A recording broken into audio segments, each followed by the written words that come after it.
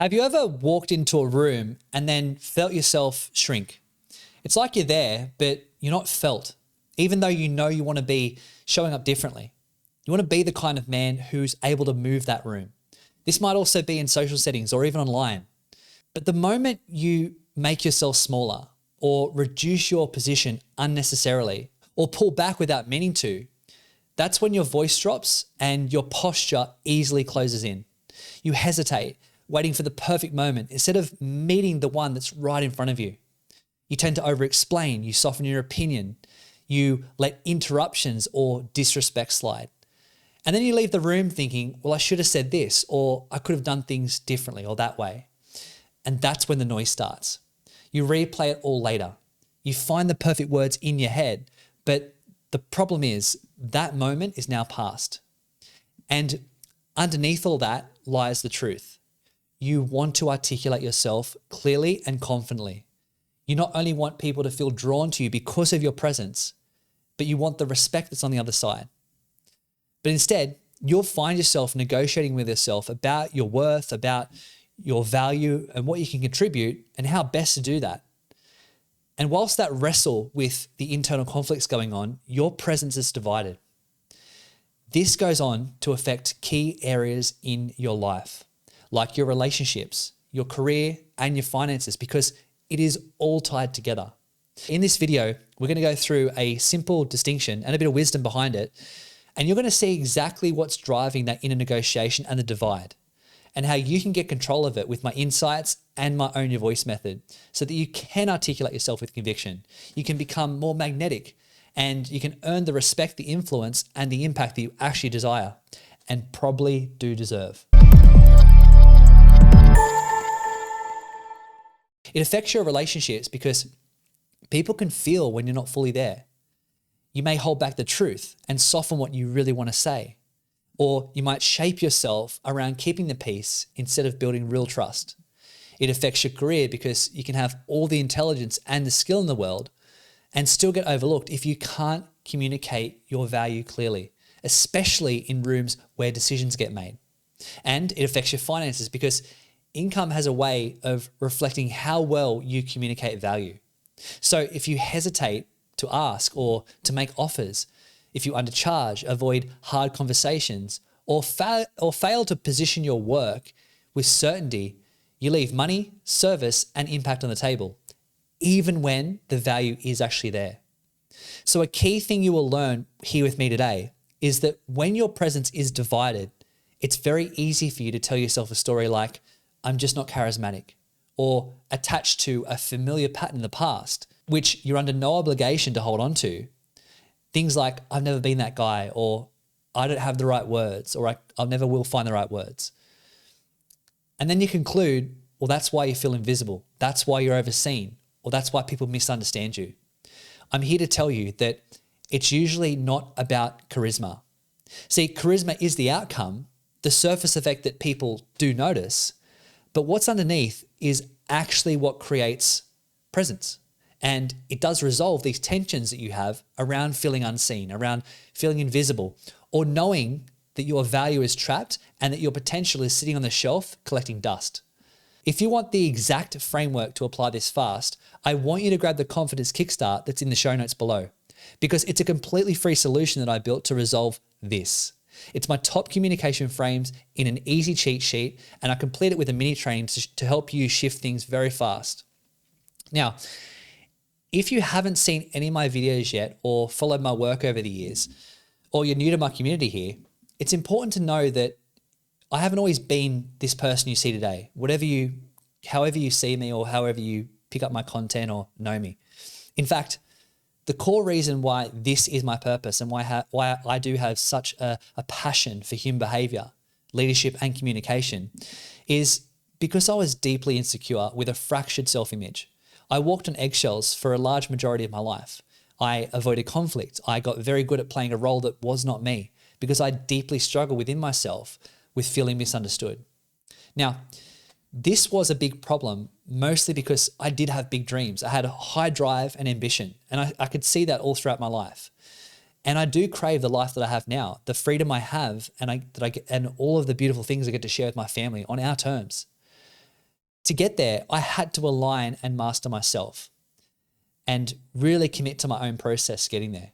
This is actually what led me to a TED Talk focused on the shift from going from validation to value, which exposes the very real paradox that we can all relate to, which plays a key role in helping you grow right here in this episode. And over the past 15 years, working with entrepreneurs, founders, fathers, and elite athletes and organizations on their leadership, communication, and mindset, I have seen the same pattern again and again. What you say matters less than how you feel about yourself when you say it.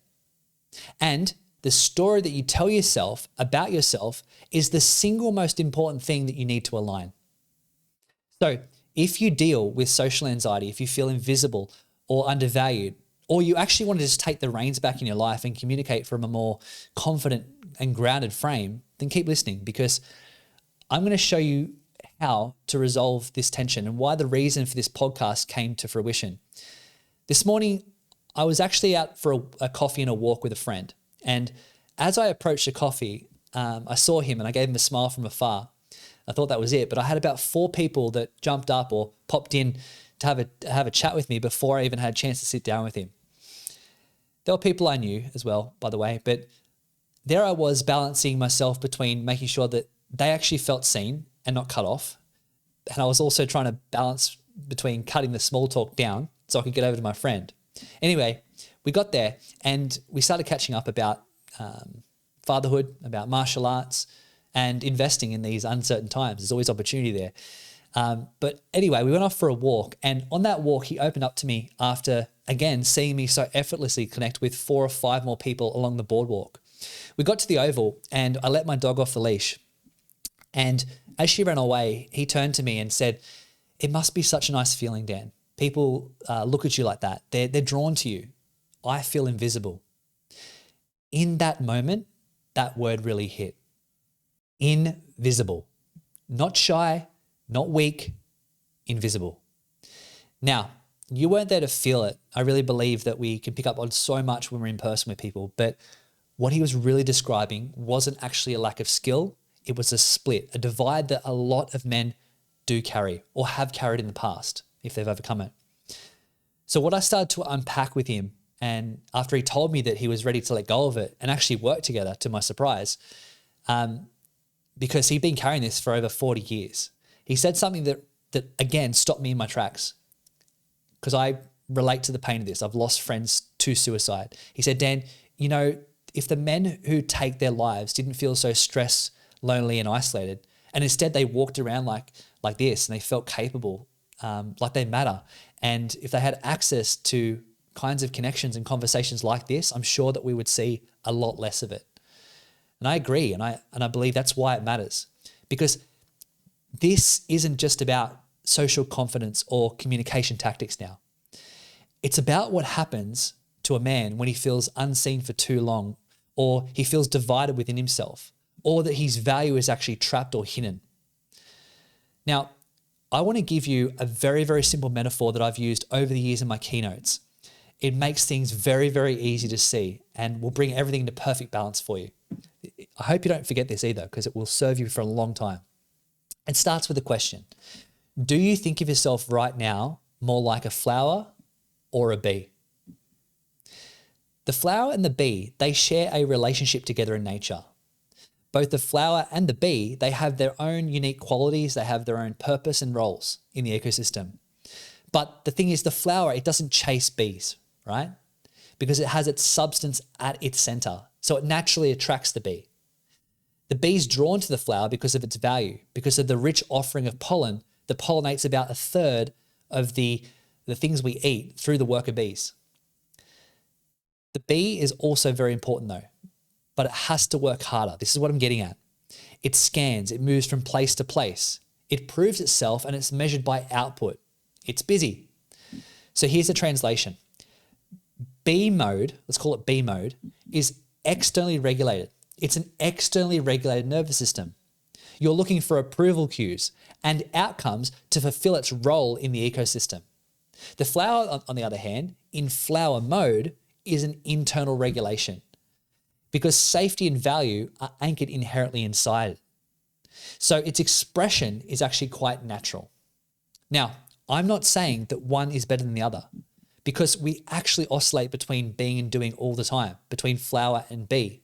You might see yourself predominantly in one or the other, but we do oscillate. My point is very simple. Magnetism isn't something that you manufacture socially.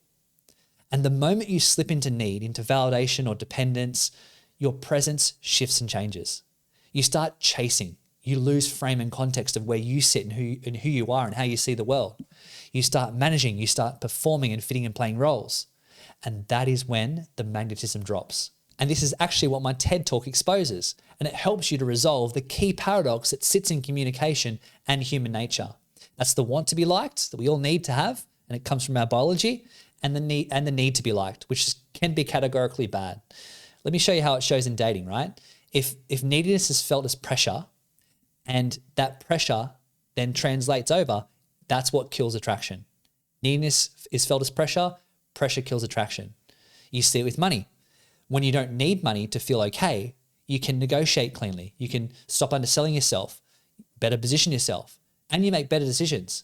And it all comes to you because of that lack of need. You see it in leadership.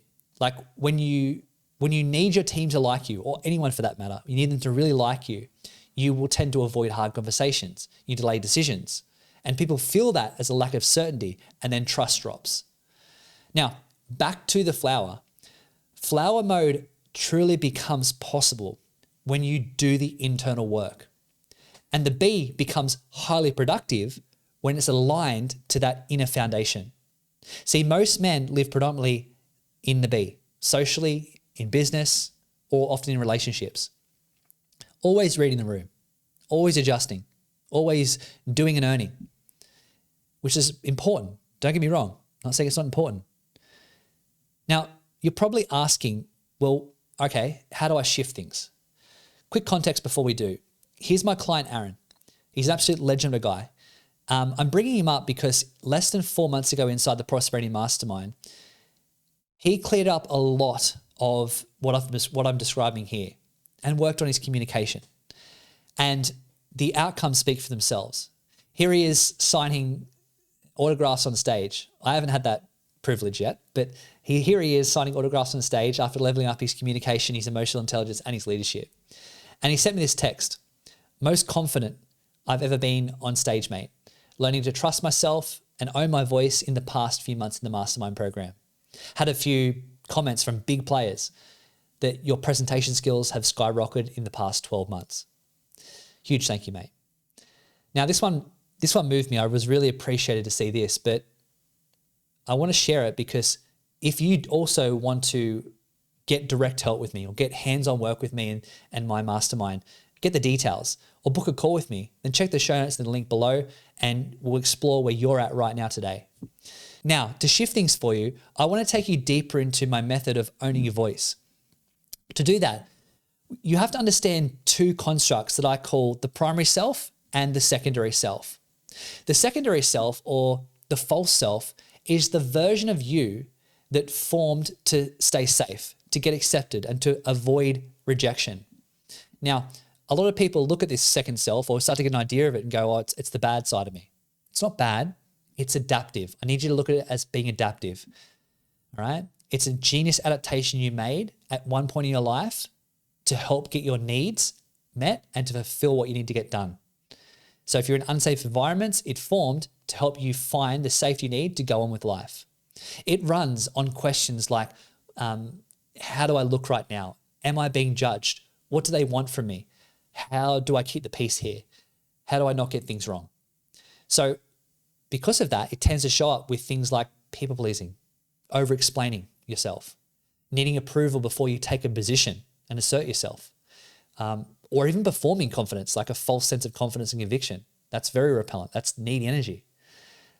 You tend to hide your real opinions, avoid conflict and exposure, like you'd rather be nice than being clear. And as I've always said, clear is kind, unclear is unkind. Anyway, communication from this self, it has a pattern. It's managed, it's edited and polished, and it's designed to control perception. Now that's the function of the personality. It's not who you are, it's how you've learnt to operate inside of an identity. And as I said, it served a purpose at one point in your life. That's why the adaptation formed. The problem is, however, as you naturally evolve, let's say you start a business or you become responsible for a family, like me, but business and family, young family. It's a lot of demand.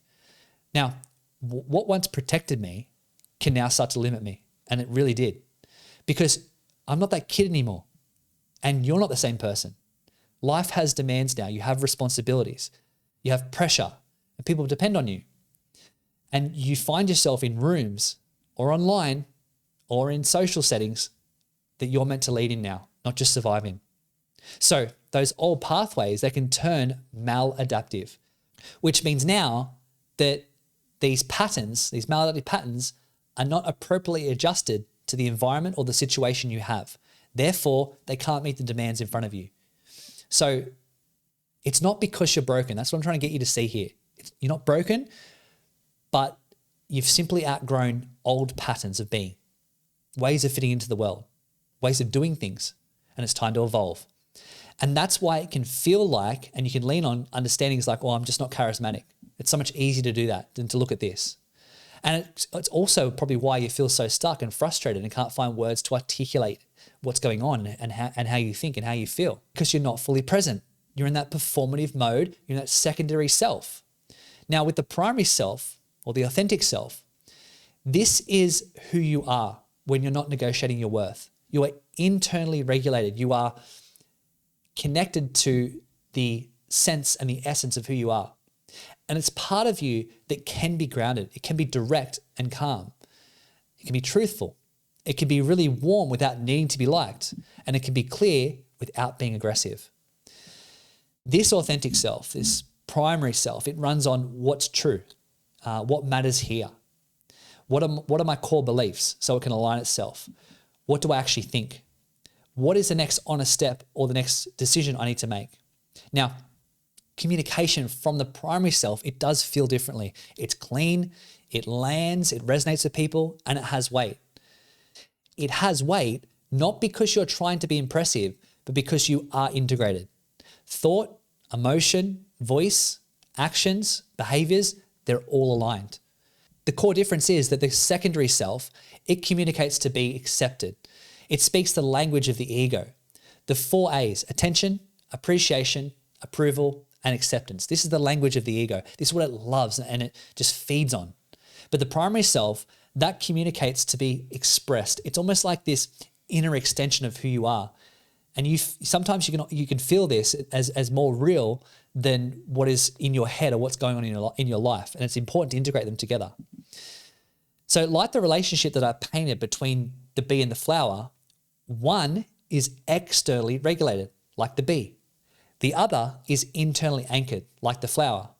Now, when the secondary self is running the show, your presence is very easily split because you're running on subjective perceptions, on suggestions and projections from the mind, which is quite literally all anchored in the past. So you can see how easy it is to run this program. And it's not just why men feel invisible. This is also why their potential just sits on the shelf too. Because part of you speaking and part of you is actually watching you speak. That's the divide. And the division that you feel and experience in various ways, it leaks through your tone.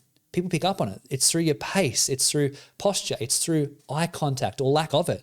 People feel that. So you might find the correct words, but then you can also not carry that inner authority, which is what this is all about.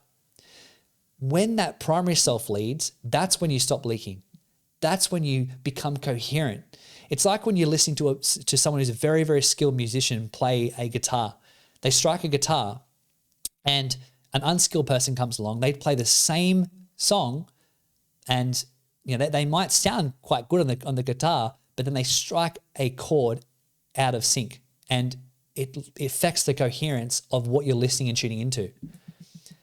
That's when when you get that right, when you get that internal coherence aligned with yourself, with that primary voice, that primary self, that's when the respect and your magnetism starts to increase. You start to vibrate differently.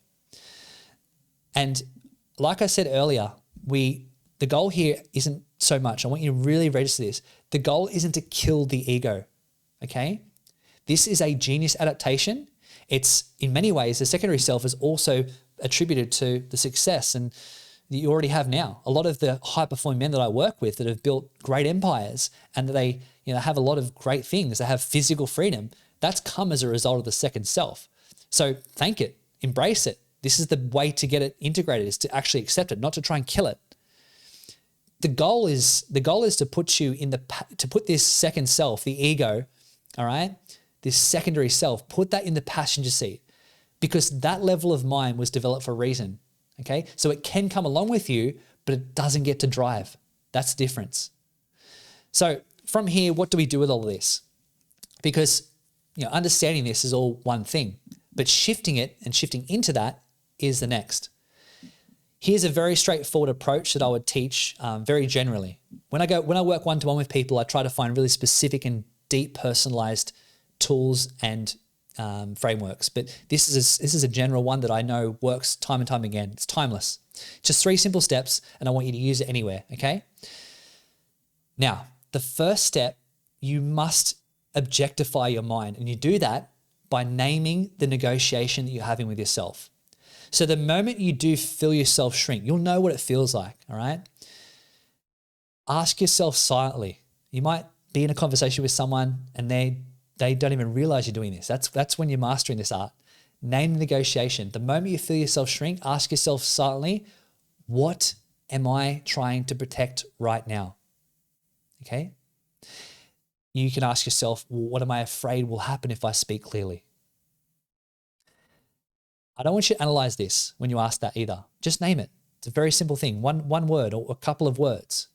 And in that single moment when you do that single move, it pulls you out of the trance that you get stuck in with the secondary self, in that internal negotiation that puts you in friction and resistance. Then step 2, we have to get into the body and regulate things, because you are literally running on survival hormones that are, released from the synapses of the brain that flood the body with chemicals of the past. We have to change that in the body. There has to be a state shift, all right? To do that, step 2 is about regulating the body. So just think of a simple regulation tool, like with the breath, all right? One slow breath. I like to focus on a deep inhale, just a belly breath, not into my chest, because that'll bring you into anxious state, but into the belly, and an accentuated exhale. And in that accentuated exhale, you get more time. This tells the parasympathetic nervous system to down-regulate. You can drop your shoulders, you can unclench your jaw, and you can truly land in your feet or in your seat if you're sitting in a chair like I am, all right? You can feel your feet. You can feel yourself land. This is you moving from that external regulation, okay, to internal regulation, from bee to flower, okay? Bee mode to flower mode. Then step 3 arrives. And this is where a lot of men fuck up. It's where you speak with one clear sentence, okay? A lot of us get obsessed on getting the words precise. For example, you might do a podcast like this. A lot of men don't do it because they feel they don't have the right words, or they're never going to perfect the words they say. But it matters far less than how you feel about yourself, and also the intent. This is all the subliminal communication that matters the most, all right? So in stage 3, speak with one clear sentence. Even if you have to know this is what I teach in effective communication, know the outcome before you go into the conversation, okay? At least pre-frame things, pre-frame what you need to say, pre-frame what you're wanting to ask, pre-frame what you need from the conversation, all right? This will help you with saying one clean sentence, not a narrative, not a paragraph, not an explanation. You don't need to explain yourself, okay? And this is going to be a sentence that reflects your primary self.